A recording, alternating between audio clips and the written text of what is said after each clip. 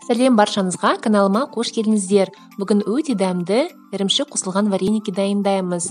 Дәмі өте керемет, әрі ағзаға пайдалы. Егер де осы рецепт ұнаса, видеомды соңына дейін қарап, лүпілдеріңізді аямаңыздар.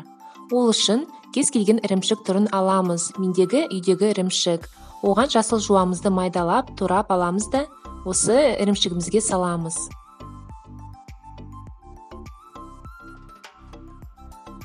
Егер де жұмыртқаңыз үлкен болса, бір жұмыртқа саласыздар. Мен жұмыртқам кішкентай болғандықтан 2 жұмыртқа салып, 1 шай қасық тұз салып, жақсылап араластырып, салмасын дайындап қойдым.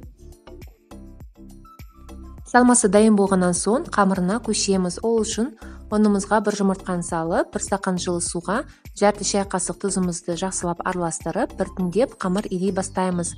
Біздің қамырымыз өте жұмсақ болуы тиіс.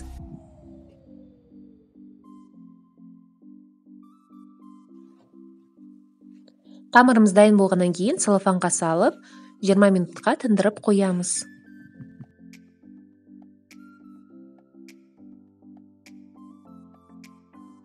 Уақыт өткеннен соң біздің қамырымыз дайын, өте жұмсақ болды.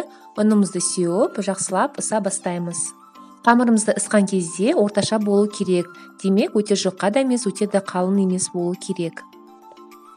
Кез келген формамызды немесе стақанымызды алып, осындай дөңгелекшелер жасап аламыз. Әрі қарай видеодағыдай осылай варениктарымызды түйе бастаймыз.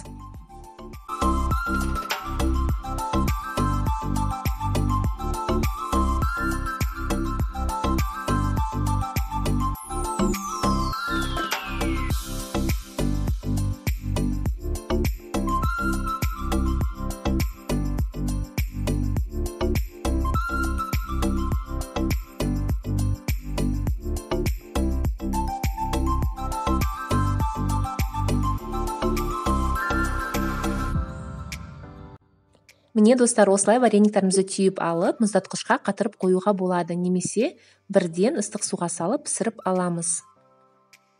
Суымыз қатты қайнағаннан кейін варениктарымызды 5-7 минутта пісіріп аламыз. Мұздатқыштан болса 7-10 минутта пісіреміз. Міне достар, санаулы минуттарда біздің варениктарымыз дайын болды. Өте жеңіл әрі пайдалы ас, дайындап көріңіздер. Достар, YouTube желісінде қазақша контенттің дамуына өз үлестеріңізді қосып, комментарий бөлімінде пікірлеріңізді, жылы лебіздеріңізді жазып кетулеріңізді сұраймын.